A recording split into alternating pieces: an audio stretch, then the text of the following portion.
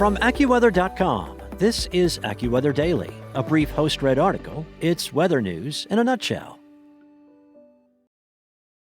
It was a terrifying ordeal for two people as their 65-foot yacht was tossed about in rough seas about 200 miles off the coast of Australia recently.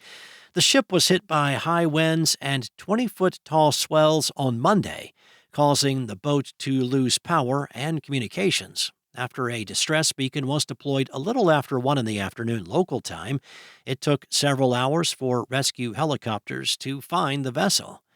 The first rescue attempt failed due to rough seas. After a second attempt failed due to deteriorating conditions, the Australian Maritime Safety Authority called off the rescue, leaving the pair, a 60-year-old man and a 48-year-old woman, to ride out the night. It would be a rough night for them. The ship had suffered a mechanical issue which caused a problem with the steering. They were adrift at the mercy of the increasingly high wind and swells, and then they started to take on water.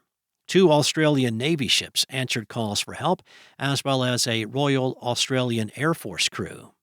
The ships monitored the yacht's location overnight, and the rescue resumed in the early hours of the morning when conditions had eased a bit. New South Wales police arrived at the yacht in the early morning hours on Tuesday, sending out a smaller boat to rescue the sailors around 7:30 a.m. in choppy seas with swells of 12 to 16 feet. The outcome could have been much worse if the crew had not deployed the distress beacon, which issues a satellite alert to advise the Rescue Coordination Center of their location. The rescued sailors arrived back in Sydney Tuesday night after a 12-hour voyage. A rescue effort of another sort was needed a few days ago in the mountains of Colorado. A group of 15 co-workers on an office retreat headed up the Blanks Cabin trailhead on Mount Shavano near Salida, Colorado last week, but when they returned, one of their group was missing. One of the hikers reached the mountain's peak around 11:30 in the morning and turned to head back down, but then became disoriented on the descent. The hiker found himself in a steep boulder and scree field on the northeast slopes. He sent a pin drop to his colleagues who were already on the way down, alerting them of his location. He got some info that put him back on course after a climb back up the trail. But then a strong storm passed through the area with freezing rain and high winds, and the hiker again became disoriented. And then he lost his cell phone signal. Chaffee County Search and Rescue South officials said they received an alert around 9 in the evening, August 23rd, about an overdue hiker dressed all in black.